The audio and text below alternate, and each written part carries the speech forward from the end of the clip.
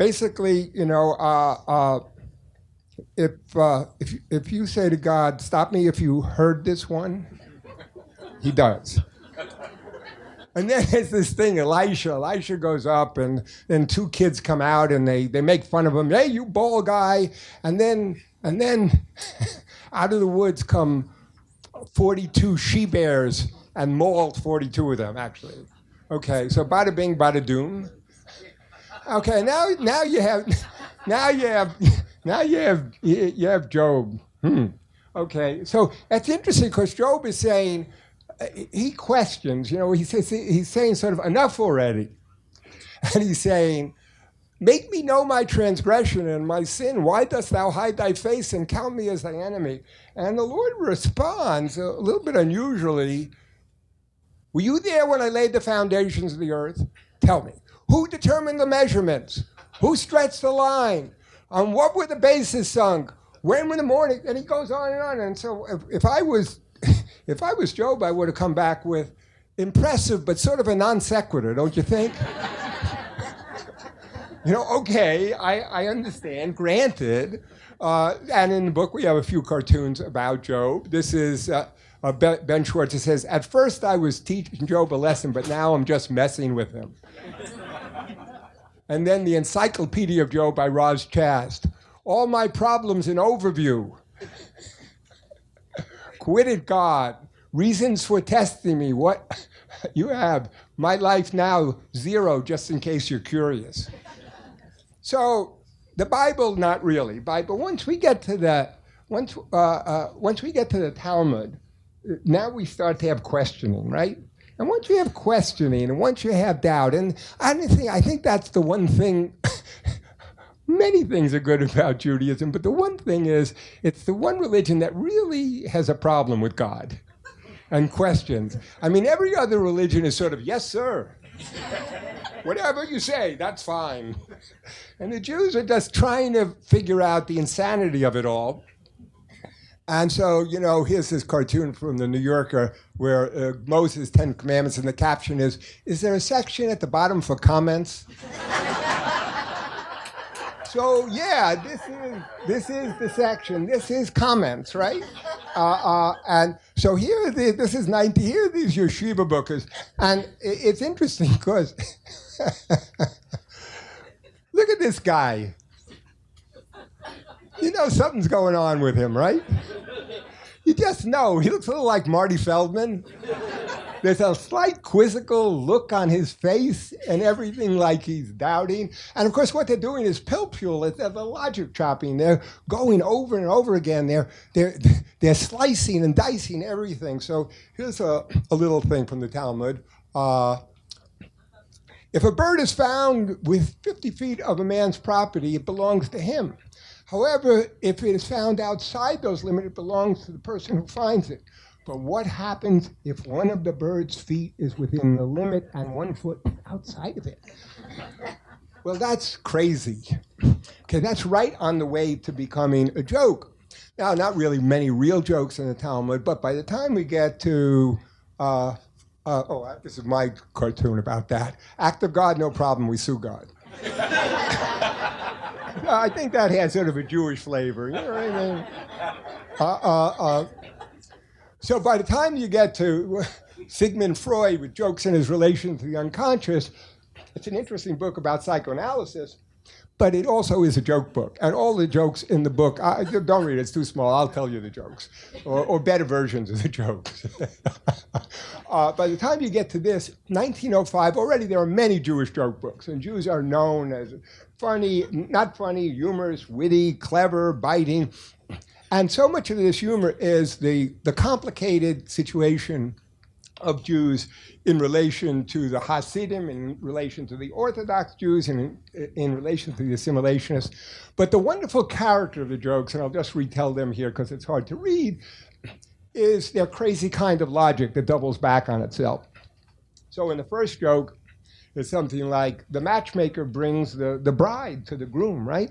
Brings the bride to the groom, and the groom says, said, she's got a humpback, she limps, she can't see out of one eye. And the matchmaker says, you don't have to whisper, she's deaf too.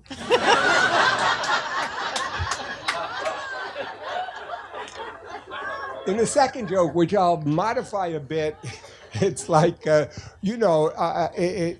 in Jewish religion, there's the schnorrer. Now, the schnorrer is not exactly a beggar. He's entitled. And he's entitled because we have to help out the parity. But he's really entitled. Okay, he's like, the schnorrer is almost a professional schnorrer.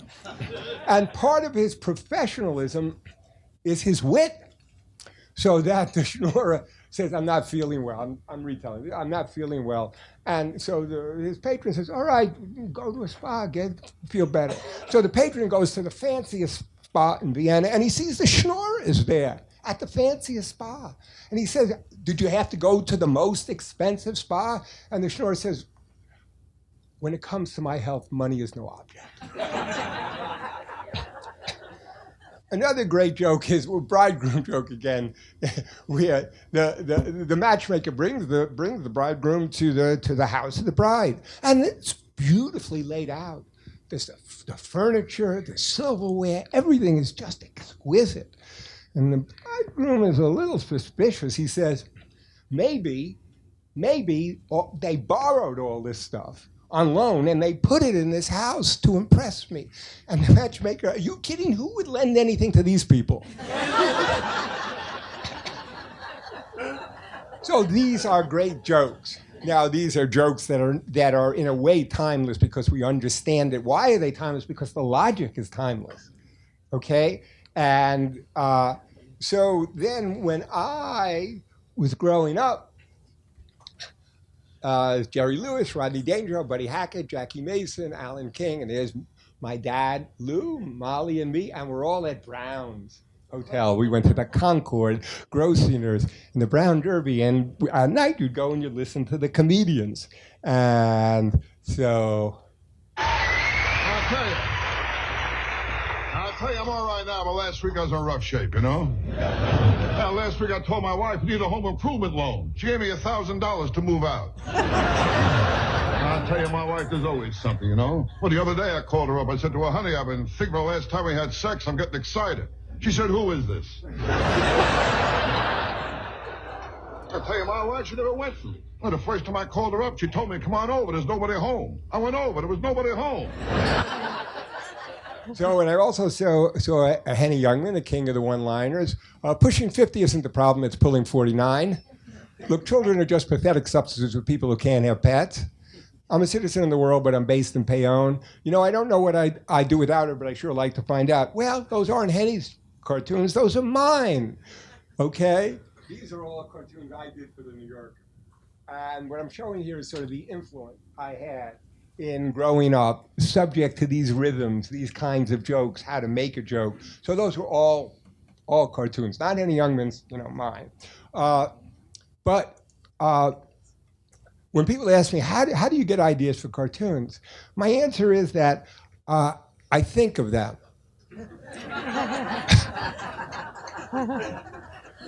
See, that's the trick. I hope I haven't given anything away there. But what made me think that I could be a cartoonist? Well, I went to the High School of Music and Art. I went for art. And the High School of Music and Art is sort of roughly based on the film fame was sort of roughly based on the conflation of performing arts and music and art.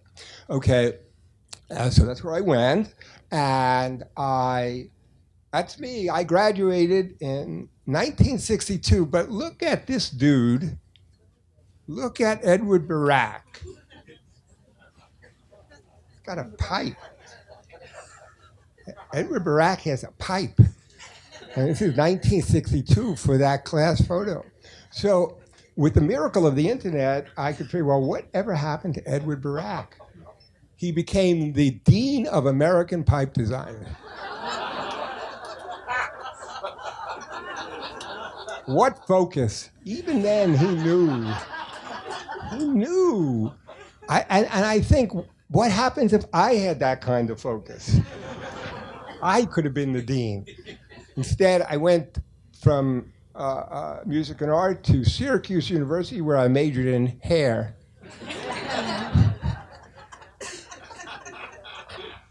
And when people ask me, did you do any drugs? And I say, not enough. That's the one thing I regret. So here's me in 1974. Now, I was at a graduate program in experimental psychology, and I was on the cusp of my PhD, but it was the world's longest cusp. Went on forever, you know what I mean? And so I had always wanted to be a cartoonist, so I quit, and I started submitting cartoons, and the New Yorker rejected them, and rejected them, and rejected them. I sold the Saturday Review of Literature, and I was selling cartoons, and then finally this rejection slip changed to this. Hey, you sold one. No shit, you really sold a cartoon to the fucking New Yorker magazine. Oh, man. Yeah, that's right. That's what I felt, really. I wouldn't call that sophisticated humor, sorry, but that's what I felt. And that's not the cartoon I sold, but that's the cartoon that put my daughter through college. No, Thursday's out. How about never zip you? Well, let's have a hand for that. So, in terms of that cartoon, that was like in submitting cartoons, even when that was done in '93. I would submit 10 or 15 cartoons every week, and that was just one of the cartoons that I submitted, and I actually never knew it would be popular, and not even my favorite cartoon, but maybe it is my favorite cartoon now. Anyway, it got me into the Yale Book of Quotations. There I am, Robert Mankoff, U.S. cartoonist, 1944, next to that other famous humorist, Mao Zedong. So that was 74, that's when I was 70. I mean, in 2014, around 70, I made up 3 jokes about being 70. The first one is that I'm 70. The good news is it could be worse. The bad news is it will be. I'm 70. The good news is 70 is the new 50. The bad news is that is not the new alive.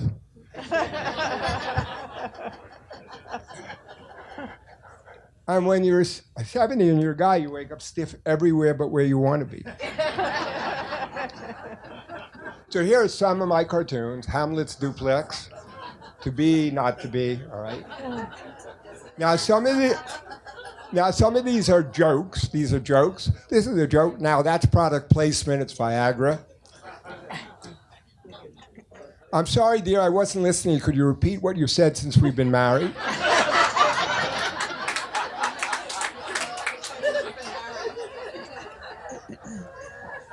So these are funny. Clearly you laugh. But when I look at, well, what kind of humor is sort of Jewish humor? Well, that's not. Now, your coverage doesn't seem to include illness.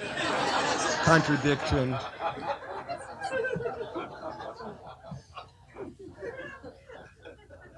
But here's a cartoon that reminds me of the kind of logic in the cartoons from the Freud book. On the one hand, eliminating the middleman would result in lower costs, increased sales, and greater consumer satisfaction.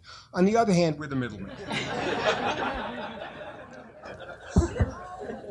And here's a very complicated cartoon that I did, which I think, frankly, completely sums up economics. On Wall Street today, news of lower interest rates sent the stock market up, but then the expectation that these rates would be inflationary sent the market down, until the realization that the lower rates might stimulate the sluggish economy pushed the market up, before it ultimately went down on fears that an overheated economy would lead to a reimposition of higher interest rates. So that's this kind of circuitous logic. That's where I see an influence of sort of Jewish logic. Okay, here's another one. There is no justice in the world. There is some justice in the world. The world is just. And this is what lemmings believe. And so what lemmings believe is one of my favorite cartoons because because people can interpret it in so many ways. Right? It's clearly not about lemmings. But it is about belief, and I'm a skeptic about things, about almost everything.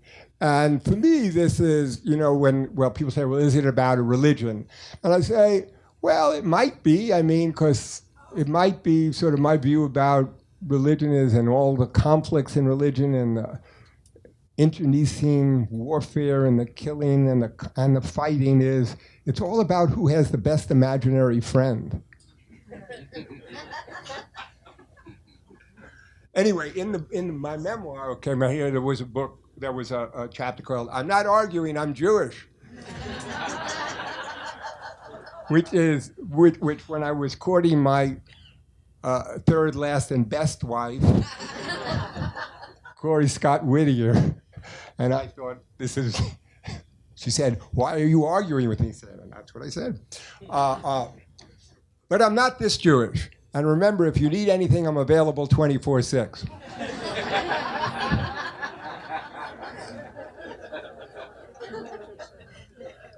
But I am Jewish. Here I am. This is 1957, the Hotel Pierre. Oh, man, are you kidding? Yeah, that's it. That's what they did then, and then they do it now also. This is my parents showing that they had made it, the Hotel Pierre, and here I am. Maybe if I had payas, I would know what this means. No, yeah, but I said, not helping and too Jewish anyway. But look at this cartoon from the New Yorker in 1929. Okay, it says, beloved father, Isidore Cohn, and it's Benson, Cowan, Kane. They've, of course, all changed their names, right? So that's interesting because it was too Jewish. Look at this cartoon from 1928 in the New Yorker. It says Yom Kippur, and it's down in, where the Flatiron Building, but it's empty. Why? Because it's where all the Jews are, all the business is. Look at this from 1930. He's terribly intense for a Gentile. 1930. Now, what has happened really is that between 1880 and 1910, there were 80,000 Jews in New York City in 1880 and 1 million by 1910. So you see that sort of influence in the New Yorker cartoons. Even here, this is sort of an interesting cartoon, maybe a little anti-Semitic. It's from Ebbets Field. Ebbets Field had us, I hit this sign and Abe Feldman will give you a suit absolutely free. Well, there's Abe. But it's sort of playing a little bit into a stereotype, right? Okay. But all Jewish cartoons stopped when William Shawn, editor of the New Yorker, came in 1951 to 1986. So there are biblical cartoons, but nothing Jewish. And you figure, well, why aren't they? Well, I guess it's William Shawn. He's such a waspy guy. He doesn't want to do that. But William Shawn is son of Benjamin T. Chon, a well-to-do cutlery merchant, and Anna Bransky Chon. So William Shawn is Jewish. Yes. He's Jewish, but didn't no Jewish gesticulation, no affectation, anything. But during the years when he was there, you aren't going to have any ethnic cartoons. There wasn't going to be any surnames, even in the magazine with Goldberg or Zuckerberg or Italian names. Everything would be sort of all these white bread names. When I became cartoon editor, it changed. What don't you understand? When my clients fly their guests over farm on the way to Vegas, they'd like to see the words Mazel Tov, Josh, spelled out on your cornfield. Well, Leighton, that anti-Semite, that's not his real name. Okay, Leighton's Jewish. Also, but then we got this kind of hate meal. I won't even go into the whole thing. It's just this whole thing about this is anti-Semitic and whatever. Well, if people thought that was anti-Semitic, how do you think they felt about this one? Banks closed today, folks. It's Yom Kippur, which was actually just meant as a funny joke, but everyone took this to mean, well, the Jews control the money, they control everything. Okay, well, we didn't have anything to worry about here about being too Jewish when we put out, I got a cartoon for you, as is indicated by this cartoon. Too Jewish?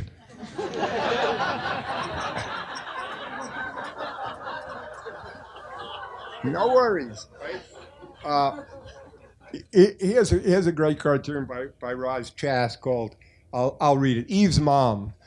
Adam seems like a very nice young man. Tell me, where did he go to school? Why don't you put on a sweater? You look like you're coming down with something. Look, darling, if you keep listening to that snake, don't come running to me. Abraham, must I sacrifice family for a career? Go back one, I hope. Street Bubbas. Did you lose weight? Could you use this sweater? When are you getting married? I had that, only worse. That's a wonderful cartoon. Any other hobbies besides suffering?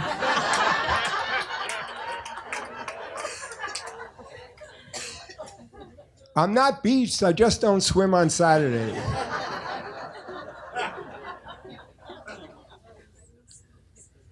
We got you a dreidel.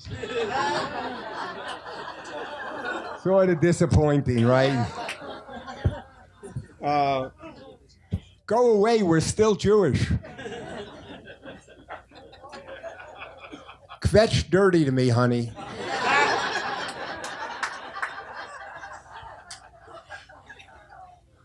He's all right, I just wish he were a little more pro-Israel.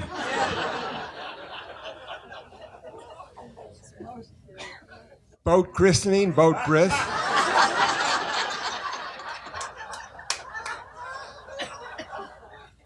I do hope you're here for the circumcision.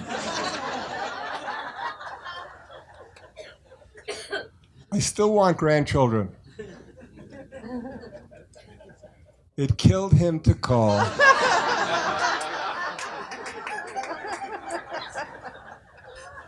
Anyway, I'm almost done, but here I'm going to make a little pitch because I am the president of cartooncollections.com, where we sell this book and where you can also buy all the tchotchkes you want from this book just by putting in J-tunes. I was going to say Jew-tunes, but that sounded too Jewish. Anyway, thank you very much. I'm happy to do the Q and the A and the Q and the Q.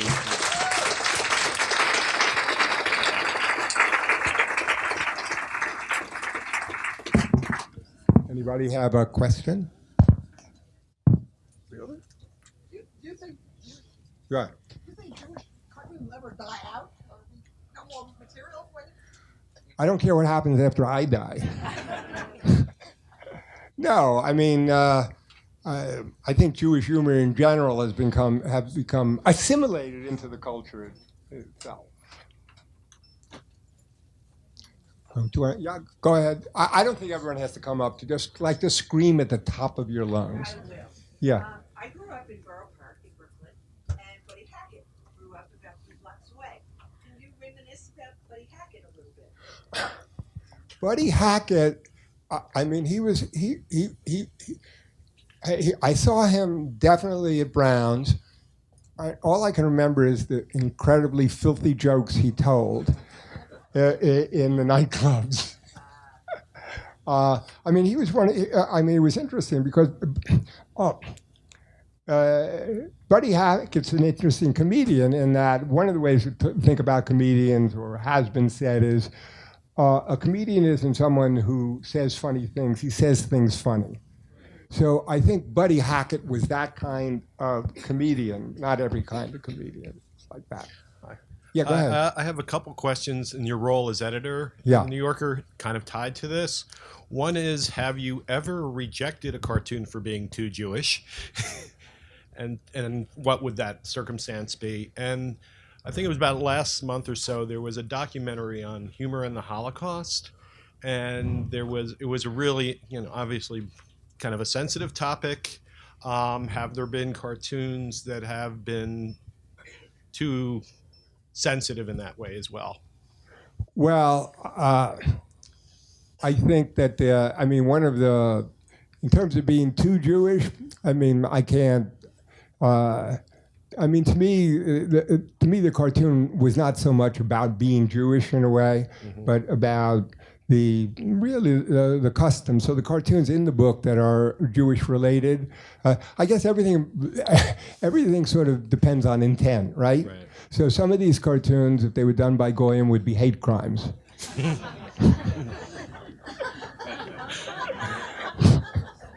But in fact, a lot of these cartoons were done not by Jewish people, and as I've said many times, some of my best friends are non-Jewish.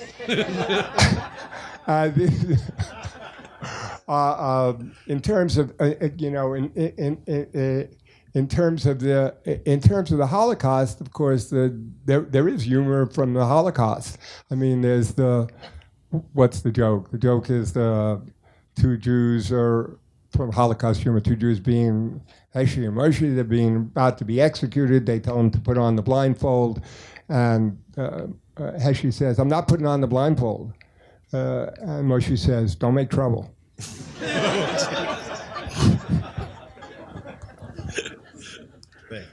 Yep. So maybe you want to talk. We could talk about the New Yorker. I'm now actually editor of Airmail. We could talk about. I left 2 years ago in the New Yorker. I want to know how the cartoons changed, whatever. Yeah, go ahead. Two quick questions. When you were doing the 2,000 plus cartoons before you had one selected, Yeah. How were you paying the bills? First wife. I had like a sequence of baton, exchanging wives.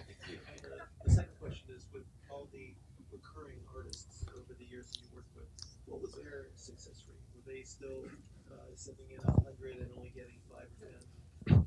Well, I mean, here's something that's actually interesting. Over the course, when I got a contract for the New Yorker in 1980, because I had sold 27 cartoons to the New Yorker the year before, you could make a living as a cartoonist for the New Yorker. And then a few years later, when I had to get when I needed a mortgage, Lee Lorenz, who was the cartoon editor, he could write me a letter saying, "We fully expect," this is like 1984, Robert Mankoff to earn over $20,000 a year, and we blah blah blah. No one really can say that anymore. That for many reasons, that there aren't any really too many secondary markets. That's one of the things I'm trying to do with CartoonCollections.com, and also being editor of Airmail, which is Graydon Carter's new thing. And now we're supplying cartoons to Wire to supply more markets.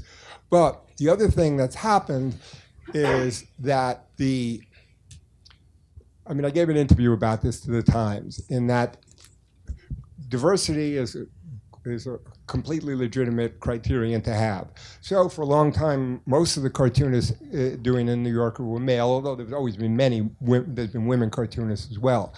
Once you want more diversity, whether you want more women or other ethnic groups and everything, well then, to some extent, you have to sacrifice something. And what you have to sacrifice is someone who's actually gone through a whole process of being a professional cartoonist. So now the system at the New Yorker is pretty much a lottery. You want diversity, and that's great. So you have 30, 40, 50, 100 people submitting cartoons. See, I would never pick a cartoon. I would never ever pick a cartoon that someone had submitted to me for the first time. This was the first cartoon they had ever done. I would never do it. I wasn't actually interested in cartoons. I was interested in cartoonists, and hopefully that they could make a living at it. So that has changed. It's not completely different when another criterion changed in the 60s, and that was authenticity. In the 30s and 40s, there were often gag writers and people who illustrated the gags. And so you had a very high level of drawing, right? And good gag writing. But in the 60s and 70s, the idea of authenticity, like a singer-songwriter model, came into play. And now you wanted someone to do everything, right?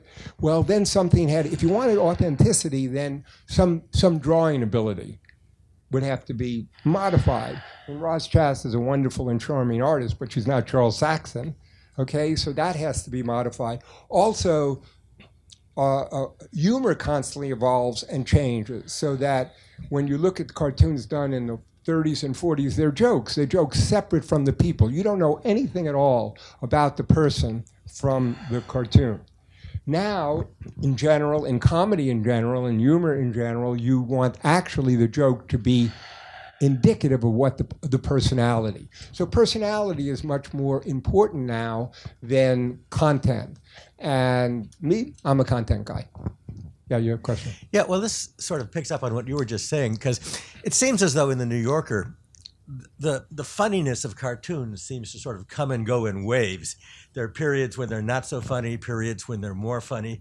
So is this, do you or your predecessors or successors have weeks when you think, well, we don't have a lot of funny cartoons, but we got to publish a certain number of them? Or is it just the audience's sense of humor that goes in waves? I think it's you.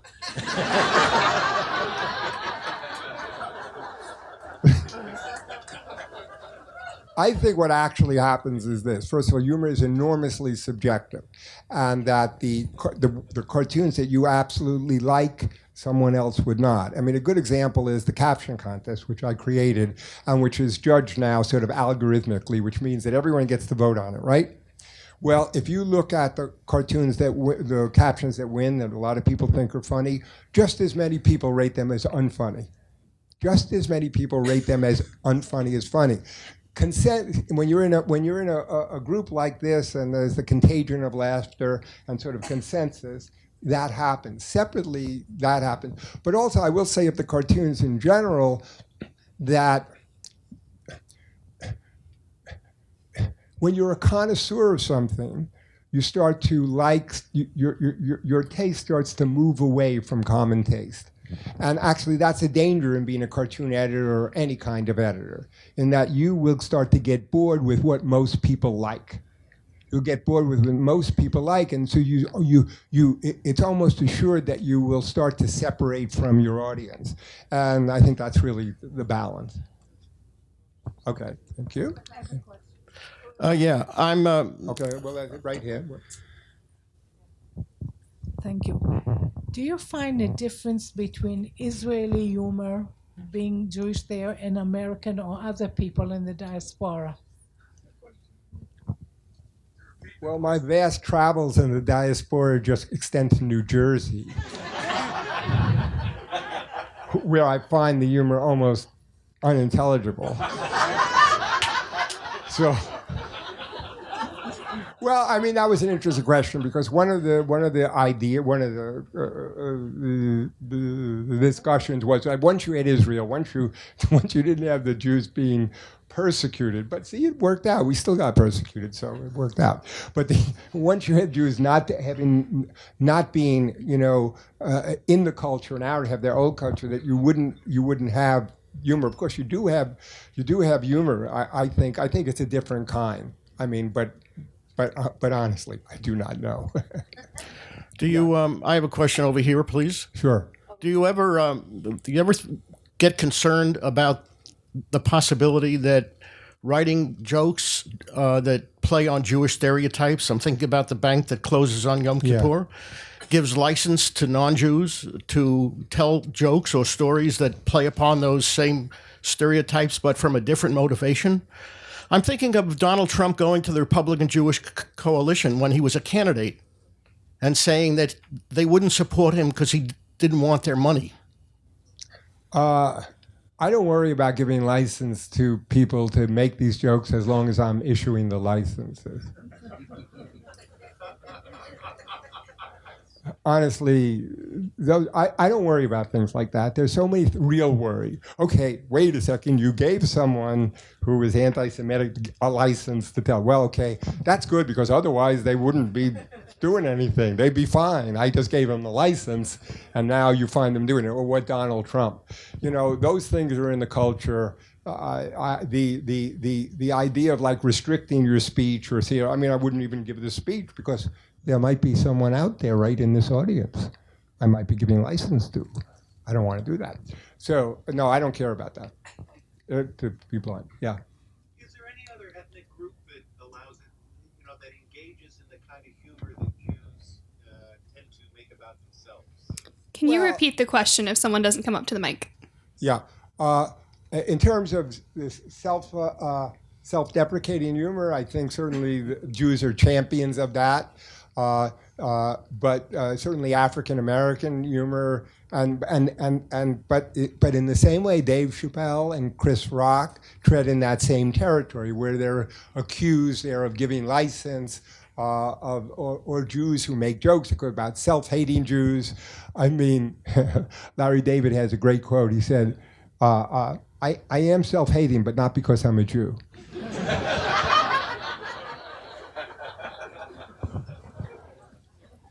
Yeah. As cartoon editor, how did you prevent cartoon plagiarism? Prevent cartoon plagiarism. Well, the cartoons were always checked against all the cartoons that had run before in the database I created, which at that time was the Cartoon Bank. So we always checked. Ideas will get repeated. And for people will come up with exactly the same idea, especially when they deal with cliches and tropes. But there's no way completely to prevent it, except in terms of picking the people who wouldn't do it. So I mean that's the secret. I mean by that time, if someone needed the money that bad they had to plagiarize a cartoon, I'd lend them the money. Yeah, go ahead. How did you develop your pointillistic and hatching style in drawing as opposed to a lot of the other cartoonists? Early Parkinson's. Okay. It looks like the Wall Street Journal caricatures. No, the way I did it, at the High School of Music and Art, I got entranced with blowing up photographs, one of these things, and seeing that they were all made out of dots. And I just liked that idea that you could just somehow create something from that. And then it became sort of a mannerism and a tick and something that got me noticed. And then it became a prison that I couldn't escape from. Yeah, I don't know how we're doing this with the microphone here. If it is possible for you to come up to the microphone, it would really help because we are filming for our YouTube channel. So I understand if you can't make it, but if you're on the edge or something, it really helps if you can come up to the mic. Okay. I was wondering if you could comment on, I believe it was the Seinfeld episode where it was all about trying to figure out the New Yorker cartoon that no one could figure out why it was funny. And also, is there any relationship between the cartoons and the cover? Because those are the only sort of drawn things in the New Yorker. And sometimes the covers are funny. Yeah. But so I was just wondering about that too. No relation between the cartoons and the cover. Françoise Moulet does the covers. Barry Blitt, of course, has pretty much the political covers, the anti-Trump covers, some really great covers. In terms of the Seinfeld episode done in 1998, in which Elaine doesn't understand the cartoon, and they're in the diner, right? And the dialogue goes something like this. Elaine says, "I don't get this cartoon in New York." And she says, Jerry looks at her, "I don't get it either. There's a cat and a dog, and the cat is saying to the dog, or vice versa, I didn't get your email, or I liked your email." Now, that was not a cartoon that appeared in the New Yorker, okay? That was for this episode. Okay, that's one of the things you understand. Then George comes in, and Elaine says, "Look at this cartoon." And he says, "Yeah, cute." And she says, you get it?" He says, "No." Then he looks at it and says, "Maybe it has something to do with that 42 in the corner." And Elaine says, "That's a page number." So it's a great little bit. Now the person who wrote the episode, Bruce Eric Kaplan, is a cartoonist for the New Yorker. So this is 1998, right after I had become cartoon editor, and I called Bruce and I said, "Et tu, Bruce?" So so at least it turned out that I would have that line. Okay, thanks. Anybody else? Oh, Nadine. So since you left the New Yorker 2 years ago, are the cartoons as funny as they used to be? No, but they never were. It's different. They have a different agenda. and I think it's bringing more diversity in. So I don't, for me, well, they're as funny as they used to be for all the people who I brought in, and not as funny for all the people who are there now. No, I mean, like I said, humor evolves. They have different sort of criteria, and I think sort of the cartoons are, the cartoons are fine. They evolve, and I think actually what was done was sort of important, and that by bringing in Emma Allen, who is the cartoon editor now, a 29-year-old woman. In terms of part of it is aspirational, inspirational. How is something going to change? Well, sometimes you have to change something by having the face of it change. So therefore, they had to fire me. But then I was a cartoon editor of Esquire. Now I'm cartoon editor of Airmail, and so my mantra is, you can fire me, but you can't retire me. Okay, thank you.